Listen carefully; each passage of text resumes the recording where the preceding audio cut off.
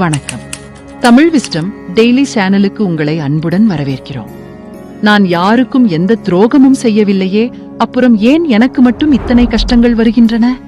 நான் செய்த கர்ம வினைகளுக்கு கணக்கு வைத்து எனக்கு தண்டனையோ அல்லது பரிசோ கொடுப்பது யார்? எங்கும் நிறைந்திருக்கும் பரிசுத்தமான ஆத்மா எப்படி தனது உண்மையான நிலையை மறந்து போய் இந்த மாயைக்குள் சிக்கிக் கொண்டது?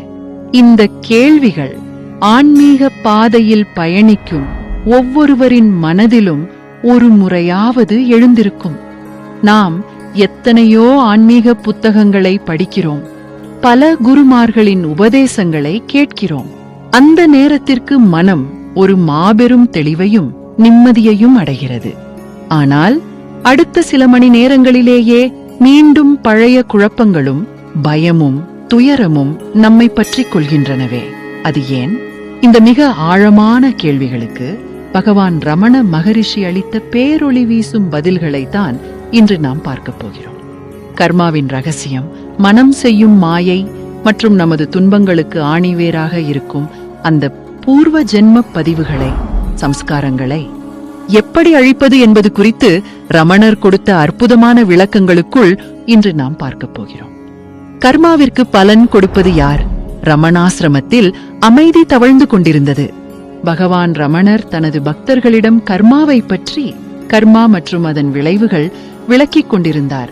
நாம் செய்யும் ஒவ்வொரு செயலுக்கும் ஒரு விளைவு உண்டு என்பதை நாம் அறிவோம். ஆனால் அந்த செயலுக்கும் விளைவுக்கும் இடையிலான தொடர்பு எப்படி செயல்படுகிறது? ரமணர் மிகவும் எளிமையாக விளக்கினார். ஒவ்வொரு கர்மாவிற்கும் அதற்கேற்ற பலன் நிச்சயமாக உண்டு. அவை காரணம் மற்றும் காரியம் போன்றது. ஒரு செயலுக்கும் காரணம், அதனால் ஏற்படும் விளைவிற்கும் காரியம் உள்ள இந்த தொடர்பை ஏற்படுத்துவது ஒரு மாபெரும் சக்தி. அந்த சக்தியைத்தான் நாம் கடவுள் அல்லது இறைவன் என்று அழைக்கிறோம். கடவுள்தான் பலதாதா பாலா டாட்டா, அதாவது நமது கர்ம பலன்களை நமக்கு வழங்குபவர் என்றார். நாம் செய்யும் செயல்களை விதைகளாகவும், அந்த விதைகள் முளைத்து மரமாகி காய்க்கும் பழங்களை இறைவனது தீர்ப்பாகவும் ரமணர் இங்கே சுட்டிக்காட்டுகிறார். ஆத்மா தன்னைத்தானே மறந்துவிட்டதா? அப்போது அங்கு வந்த ஒரு பார்வையாளர் மனிதனின் அறியாமையை பற்றி ஒரு கேள்வியை முன்வைத்தார். பகவான் எங்கும் நிறைந்திருக்கும் அந்த பரமாத்மா எப்படி தனது உண்மையான தூய தன்மையை மறந்து போய் தன்னை ஒரு மனிதனாக குறுக்கிக் கொண்டது என்று கேட்டார். ரமணர் சிறிது நேர மௌனத்திற்கு பிறகு மனித மனதின் மாபெரும் மாயையை உடைத்தார். மக்கள் ஆத்மாவின் முழுமையை பற்றியும் அது தன்னை மறந்துவிட்டதை பற்றியும் பேசுகிறார்கள். ஆனால் உண்மையில் நினைவு மற்றும் மறதி ஆகிய இரண்டுமே மனதின் எண்ண வடிவங்கள் மட்டுமே. உங்களுக்குள் எண்ணங்கள் இருக்கும் வரை இந்த நினைவும் மறதியும் மாறி மாறி வந்து கொண்டேதான் இருக்கும். ஆனால் உண்மையான ஆத்மநிலை என்பது இந்த இரண்டுக்கும் அப்பாற்பட்டது. மறதி என்பது எதையாவது ஒன்றை சார்ந்திருக்க வேண்டும். அந்த ஒன்று ஆத்மாவிற்கு சம்பந்தமில்லாத ஒரு அந்நிய பொருளாகத்தான் இருக்க முடியும். அந்த அந்நிய பொருளைத்தான் நாம் அனைவரும் நான், ஐ என்று அழைக்கிறோம்.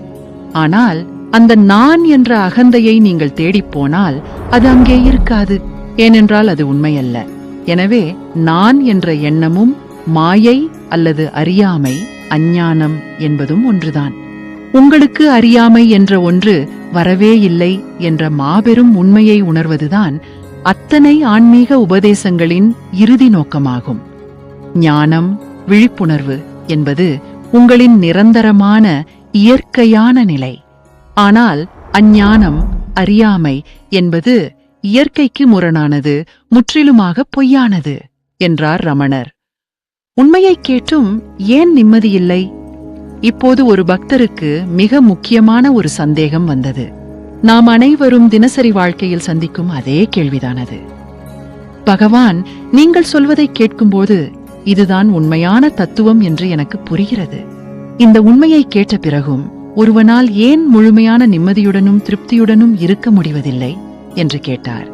ரமணரின் பதில் நமது ஒட்டுமொத்த போராட்டங்களுக்கும் முற்றுப்புள்ளி வைப்பதாக அமைந்தது. ஏனென்றால் உங்களது சம்ஸ்காரங்கள், சம்ஸ்கராஸ், முந்தைய எண்ணங்களின் ஆழமான பதிவுகள் இன்னும் அழிக்கப்படவில்லை. அந்த பதிவுகள் முற்றிலுமாக அழியும் வரை உங்கள் மனதிற்குள் சந்தேகமும் குழப்பமும் சந்தேகம் விபரீதம் இருந்து கொண்டேதான் இருக்கும். நாம் ஒரு ஆன்மீக உரையை கேட்கும்போது மனம் அமைதியடைகிறது. ஆனால் நமது ஆழ்மனதில் புதைந்து கிடக்கும் பல ஜென்ம பதிவுகள், சம்ஸ்காரங்கள். இது உண்மையா? இது சாத்தியமா? எனக்கு மட்டும் ஏன் இந்த துன்பம் என்று மீண்டும் மீண்டும் சந்தேக விதைகளை தூவி நம்மை விழிப்பிலிருந்து இழுத்து கீழே தள்ளுகின்றன. கர்ம விதைகளை வறுப்பது எப்படி? 3 நிலைகள். பகவான், அப்படியென்றால் அந்த சந்தேகங்களையும் குழப்பங்களையும் எப்படி அழிப்பது என்று கேட்டார் பக்தர். ரமணர் விளக்கினார். உங்கள் சந்தேகங்களையும் குழப்பங்களையும் அழிக்க வேண்டும் என்றால் அவற்றின் ஆணிவேரை வெட்ட வேண்டும். அவற்றின் ஆணிவேர் உங்களின் சம்ஸ்காரங்கள்தான். குரு காட்டிய வழியில் தொடர்ந்து பயிற்சி செய்வதன் மூலமே அவற்றின் பலத்தை அழிக்க முடியும். உனக்குள் அறியாமை என்ற ஒன்று இல்லை என்பதை நீயே உன் அனுபவத்தில் கண்டுபிடிப்பதற்காகத்தான் குரு உனக்கு பயிற்சியை கொடுக்கிறார். இந்த உண்மையை நீ அறிந்து கொள்வதற்கு 3 படிகள் இருக்கின்றன. சிரவணம், சிராவானா, கேட்டல். இப்போது நான் சொன்ன இந்த உண்மைகளை நீங்கள் காதால் கேட்பது முதல் நிலை. ஆனால் இது மட்டும் உங்களில் உறுதியாக நிலைத்து நிற்காது. நாட் டியார்டிஷே. மனனம், மனனா, சிந்தித்தல். கேட்ட அந்த உண்மைகளை மீண்டும் மீண்டும் மனதிற்குள் ஆழமாக சிந்தித்துப் பார்ப்பது. நிதித்தியாசனம், நிடித்யாசானா, ஒருமுகப்படுதல், தியானித்தல். அந்த உண்மையிலேயே ஆழமாக ஒன்றிப்போவது. இந்த மனனம் மற்றும் நிதித்தியாசனம் ஆகிய 2 செயல்முறைகளும் தான் உனக்குள்ளிருக்கும் வாசனைகள், பழக்க பதிவுகள் என்ற விதைகளை வறுத்து எடுக்கின்றன. ஒரு விதையை வறுத்துவிட்டால் அது மீண்டும் முளைக்காதல்லவா? அதுபோலவே இந்த தியானம் உங்களது முந்தைய பதிவுகளை செயலிழக்கச் செய்கிறது. உனக்கு அஞ்ஞானம் வரவே இல்லை. தொடர்ந்து ரமணர் ஆன்மீகத் தேடல் உள்ளவர்களை 2 வகையாக பிரித்தார். சிலர் முந்தைய ஜென்மங்களிலேயே நிறைய பயிற்சிகளை செய்த கிருதோபாசகர்கள், அட்வான்ஸ்ட் சீக்கர்ஸ். அவர்கள் இந்த உண்மையை ஒரு முறை காதால் கேட்டவுடனேயே சக்ருசிரவண மாத்ரேன அவர்களுக்குள் அந்த உறுதியான ஞானம் பிறந்துவிடும். ஆனால் இப்போதுதான் தேடலை தொடங்கியிருக்கும் அகிருதோபாசகர்கள் இந்த உறுதியான ஞானத்தை பெறுவதற்கு சற்று கூடுதல் காலம் எடுத்துக்கொள்வார்கள். மக்கள் என்னிடம் வந்து, பகவான், இந்த மாயையும் அறியாமையும் அவ்வித்யை எப்படி தோன்றியது என்று கேட்கிறார்கள். அவர்களுக்கு நான் சொல்ல வேண்டியதெல்லாம் இதுதான். அறியாமை என்று ஒன்று தோன்றவே இல்லை. அதற்கு உண்மையான ஒரு இருப்பே கிடையாது. இருப்பது எல்லாம் வெறும் அறிவு, வித்யை மட்டுமே. பக்தர் விடவில்லை.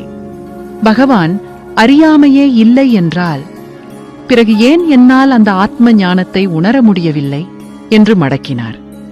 ரமணர் புன்னகையோடு தனது இறுதி பிரம்மாஸ்திரத்தை வீசினார். ஏனென்றால் உனக்குள் இருக்கும் சம்ஸ்காரங்கள்தான் பதிவுகள் அதற்கு காரணம். சரி, இப்போது ஒரு காரியம் செய். யார் அந்த உண்மையை உணரவில்லை? அவன் எதை உணரவில்லை என்று உனக்குள் தேடிக் கண்டுபிடி. நீ அதை தேடத் தொடங்கும்போது உனக்குள் அவ்வித்யை, அறியாமை என்ற ஒன்று இல்லவே இல்லை என்பது உனக்கு தெள்ளத் தெளிவாக புரிந்துவிடும் என்று கூறி அந்த உரையாடலை நிறைவு செய்தார் பகவான். முடிவுரை. நண்பர்களே, ரமண மகரிஷியின் இந்த ஆழமான உரையாடல் நமக்கு உணர்த்துவது என்ன? நமக்கு அறியாமையோ அல்லது மாயையோ எப்போதுமே வந்ததில்லை. நாம் ஒருபோதும் தூய்மையை இழந்ததும் இல்லை. ஒரு அழுக்கு கண்ணாடியின் மீது படிந்திருக்கும் தூசியைப் போல நமது மனம் பல ஜென்ம பதிவுகளால், சம்ஸ்காரங்களால் மூடியிருக்கிறது. நான் யார் என்ற ஒற்றை கேள்வியின் மூலம் அந்த தூசியை துடைத்துவிட்டால் அங்கே மிஞ்சுவது அந்த பேரொளி வீசும் ஆத்மா மட்டுமே. ரமணரின் இந்த 3 நிலைகளான கேட்டல், சிந்தித்தல் மற்றும் தியானித்தல் என்ற தத்துவம் உங்களின் ஆன்மீக பயணத்திற்கு எந்த வகையில் உதவியாக இருக்கும் என்று நினைக்கிறீர்கள்? உங்களின் எண்ணங்களை கீழே பதிவிடுங்கள்.